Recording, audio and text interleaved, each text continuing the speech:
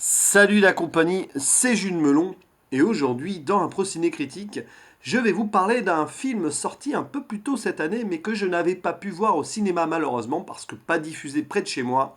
Ce film, c'est Captive State, un long métrage de science-fiction réalisé par Rupert Wyatt, celui qui avait fait, je crois, le premier volet de la nouvelle trilogie de la planète des singes. Voilà. Et film que j'attendais beaucoup, enfin, avec une certaine impatience à l'époque, et j'étais pas le seul. Mais voilà, j'ai pas pu le voir et malheureusement, les premières critiques que j'avais lues donnaient pas super envie. En fait, pour faire simple, ce film a fait un flop, que ce soit sur le plan du public, voilà, en salle. Il a même pas couvert la moitié de son budget, mais aussi au niveau des retours presse et même retours des gens. Visiblement, le film a été mal compris et je m'étais juré de le voir finalement dès que je pourrais pour me faire une idée, parce que ça m'intéressait, ça m'intriguait de voir à quel point ce film, qui avait l'air super passionnant sur le papier, avait pu ainsi être aussi mal voilà, accueilli par les fans et les professionnels.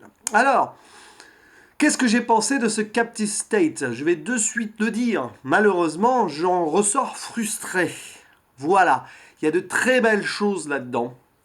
Mais au niveau de l'histoire et du rythme de ce film, il y a pas mal d'écueils. Enfin, du moins, je l'ai ressenti comme ça.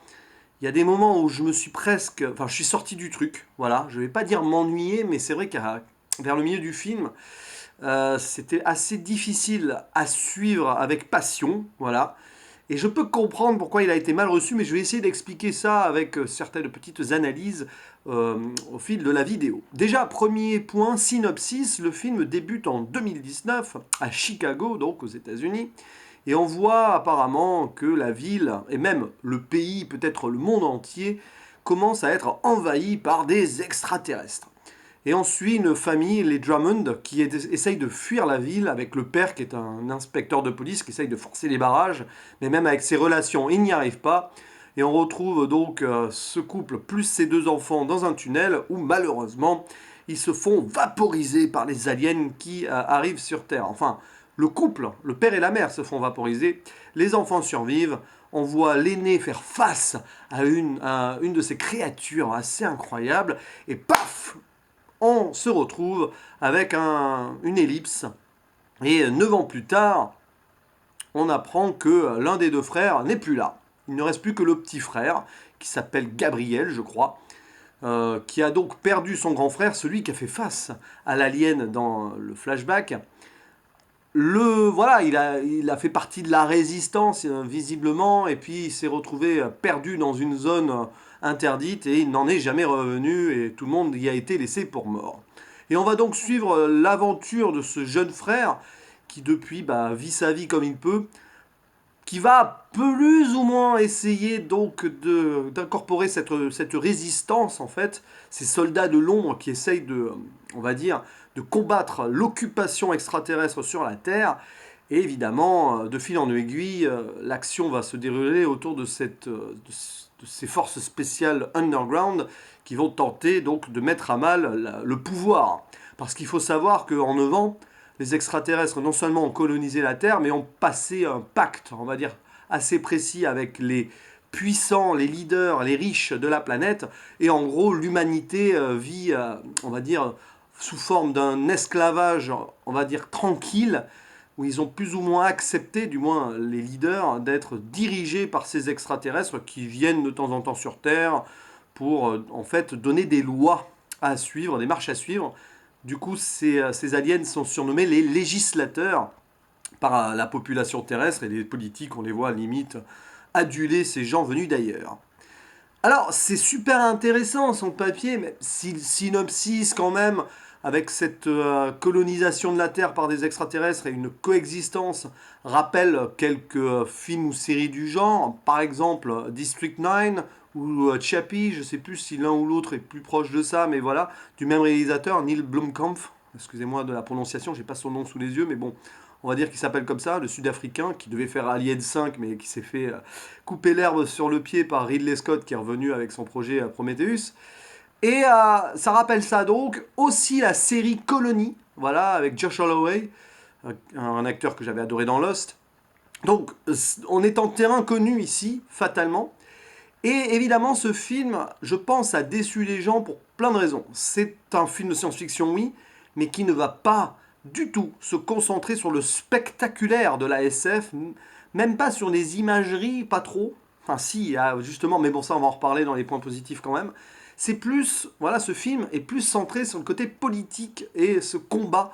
Voilà, par exemple, apparemment, le film a été inspiré entre autres de L'Armée des Ombres de Jean-Pierre Melville.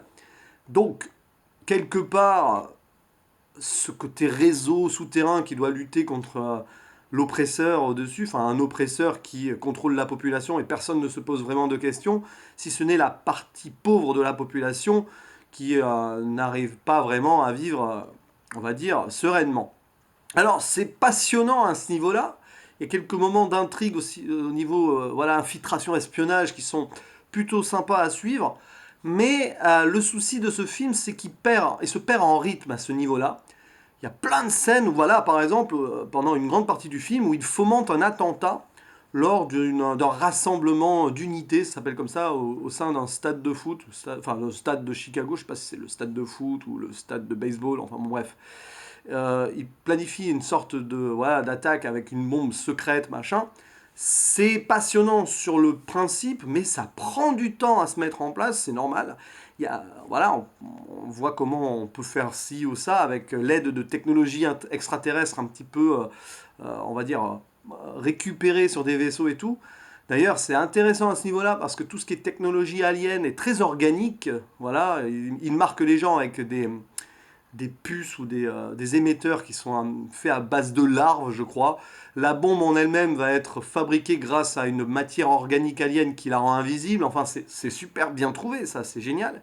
Mais ça se perd en blabla, en relationnel potentiel, puisque le jeune frère Gabriel, en se retrouvant au milieu, va retrouver des gens qu'il connaît ou pas. Enfin, il va découvrir voilà, une sorte de destin, mais en même temps, il ne participe pas vraiment au truc. Voilà, il y a quelque chose à un moment où on se pose la question de pourquoi le petit frère est là. Mais vraiment, hein.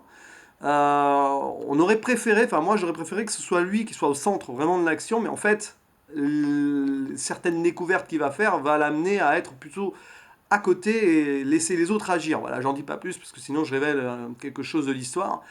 Il y a quelque chose de frustrant là-dessus et puis ça prend son temps, alors tant mieux, mais on s'y perd. Et disons que pendant 15-20 minutes avant l'attaque, le moment où ils vont quand même aller dans ce stade faire leur attentat et tout, et ben moi je suis sorti du film. J'étais là, c'est long. Ah, ça va. Oui, allez, on a compris. Il faut que ça avance là, les gars.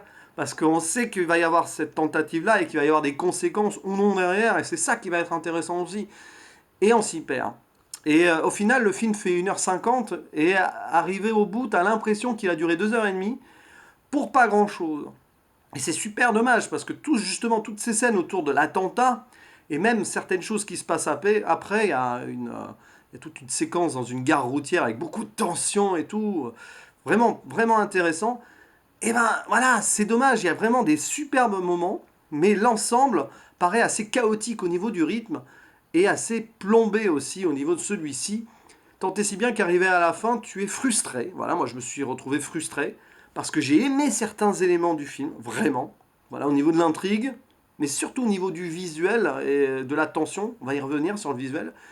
Et tu ressors de là en disant ah, ça aurait pu être beaucoup plus étendu, mais mieux raconté aussi. En fait, j'ai l'impression que ce captive state dans la narration aurait vraiment mieux fonctionné en série, paradoxalement. Pour prendre le temps, à la rigueur, on aurait accepté certains épisodes plus complotistes et tout, et d'autres plus visuels, machin. Mais là, il y a on essaie de faire un gros mélange de trucs. Il y a beaucoup de personnages dont les trois quarts ne sont pas développés.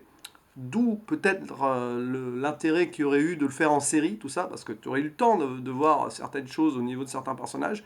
Mais là, en gros, à part les deux frères, à part l'inspecteur, joué par John Goodman, quand même, j'ai pas parlé des acteurs, mais il y a John Goodman dans le film, qui est le seul acteur véritablement connu. Ici, il y a aussi Vera Farmiga, qui joue une amie du personnage John Goodman. Voilà un personnage qui était intéressant, mais qui n'est pas développé, par exemple. Notamment leur relation, qui nous amène pas à grand chose finalement, si ce n'est peut-être à la décision que l'inspecteur prendra vers la fin du film. Voilà, il y a beaucoup de frustration, vraiment, c'est le mot. Le mot clé de ce film, pour moi, c'est frustration. Et puis il y a le grand final qui est à la fois hyper intéressant, mais que j'ai vu venir, bon, ça à la rigueur c'est pas grave, voilà, mais que j'ai trouvé là aussi, ça arrive pouf comme ça et t'as pas assez de... C'est émouvant comme fin, mais il n'y avait pas assez de build-up, je trouve, sur cette décision finale-là. Même s'il y a quand même, voilà, il y a quand même quelque chose de passionnant sur cette fin. Et puis il y a aussi une ouverture potentielle sur un univers étendu ou sur une suite, mais là j'ai bien peur que vu le flop que ce film a fait malheureusement auprès du public, eh ben on en reste là. Et c'est d'autant plus dommage. Voilà, donc beaucoup d'écueils à ce niveau-là, mais quand même des belles choses au niveau du symbolisme et du visuel. C'est de la SF qui est parfois poétique et contemplative, mais là aussi ça va pas au bout du truc. À la rigueur, j'aurais super accepté que ça soit ça en général, que ça raconte pas forcément grand-chose ou et tout machin. Mais malheureusement, ce film est à la fois contemplatif, ne va pas au bout, et explicatif à côté, et va trop loin et on se perd en machin. Je prends pour exemple le début du film, où tu as pendant 2-3 minutes, sous forme de générique, toutes les explications de ce qui a pu se passer en 9 ans, plus ou moins, à travers des messages laissés sur les ordinateurs. Voilà, ça t'explique, là, c'est la scène d'exposition explicative par écrit, où on te balance plein de trucs pour après, au final, te laisser dans une sorte de vague. C'est assez particulier quand même. C'est un film qui est paradoxal, voilà, qui se veut contemplatif, poétique, mais explicatif beaucoup aussi, même si au final on n'arrive pas tout à comprendre parce que ça part un peu dans tous les sens, mais on arrive à prendre son pied sur certaines séquences et certains moments visuels très intéressants. Tout ce qui est visuel au niveau des vaisseaux et des aliens, c'est génial. Voilà, il y a des plans remarquables, par exemple quand on voit le petit frère près du port, dans le quartier. Ils sont dans un quartier, je crois que c'est le quartier de Pilsen à Chicago. Voilà, près du port où ils voient les vaisseaux arriver, des vaisseaux qui sont. Le design des vaisseaux est génial, c'est des vaisseaux minéraux, quoi, faits de presque de terre, on sait pas trop de roche, et avec une forme qui me rappelle la tête des aliens, donc dans la saga Alien. Ouais, je sais pas s'il y a un petit voilà, c'est un petit clin d'œil là-dessus, mais c'est assez bien fait. Les aliens, du coup, les extraterrestres du film sont assez originaux dans leur design, sorte d'oursins en forme humanoïde, machin comme ça. C'est particulièrement cool, même si on les voit pas beaucoup, mais ça, à la rigueur, tant mieux. J'ai envie de dire qu'en fait, on les voit trop si on devait pas les voir beaucoup. C'est difficile à expliquer, mais à la rigueur, j'aurais préféré qu'on les voit moins ou à la rigueur, qu'on assume qu'on les voit plus. Là aussi, on est un peu entre deux eaux. C'est vraiment l'histoire de ce film. Il y a aussi d'autres races d'extraterrestres apparemment, ou alors des soldats, eux, en mode plutôt mécanique robot, à moins que ce soit eux-mêmes sous une armure, je ne sais pas. Bon bref, tout ça est très intéressant, il y a vraiment des idées, donc je parlais aussi des implants organiques ou autres, des bombes qu'on peut masquer grâce à quelque chose de leur fluide ou je ne sais pas trop qui rend invisible. Ça c'est super cool, mais ça ne va pas assez loin là-dessus, et voilà, le film se perd. Il se perd aussi au niveau de certains acteurs, il faut l'avouer. Voilà, parce que bon, Judd Goodman, ça va, il y a des moments où c'est un petit peu too much, mais sinon, voilà, il a son charisme naturel. Mais voilà, les acteurs qui jouent les frères, je crois que c'est Ashton Sanders et Jonathan Majors, c'est pas spécialement extraordinaire, il faut l'avouer. Machine Gun Kelly qui est là et son personnage ne sert à rien, clairement. Pourtant, il y a des acteurs reconnus de second rôle d'antan, tels que Alan Ruck ou Kevin Dunn, mais c'est de la figuration limite, tellement il y en a trop et on les développe pas. C'est dommage. Voilà. Donc je suis très frustré et pourtant il y a des bonnes idées. Donc au niveau de la politique aussi, j'ai bien aimé le symbolisme de l'Amérique qui devient servile à l'arrivée de ces extraterrestres. Par exemple, il y a un moment, quand ils accueillent les législateurs lors de ce rassemblement politique avec la foule en délire et tout, ils l'accueillent avec un hymne divin, le Glory Hallelujah. C'est comme si, en fait, on connaît l'Amérique pieuse et puritaine, c'est comme si une branche de cette Amérique, on va dire, conservatrice et riche, avait pris l'arrivée de ces aliens comme les arrivées de Dieu, quoi. Limite, ils vouent un culte. Ça aussi, on aurait aimé en savoir plus, parce qu'il y a quelque chose d'intéressant, là. Quand ce vaisseau débarque et qu'il y a cette chanteuse qui fait Glory, Glory, Hallelujah. Bon, bref, voilà. C'est le matin, hein, quand je fais cette vidéo. C'est sympa, mais malheureusement, on ne fait que toucher du doigt des choses qui pourraient être beaucoup plus intéressantes dans un univers super intéressant, mais qui ne va pas plus loin, ou qui va trop loin, mais pas dans le bon sens à mon goût. Voilà.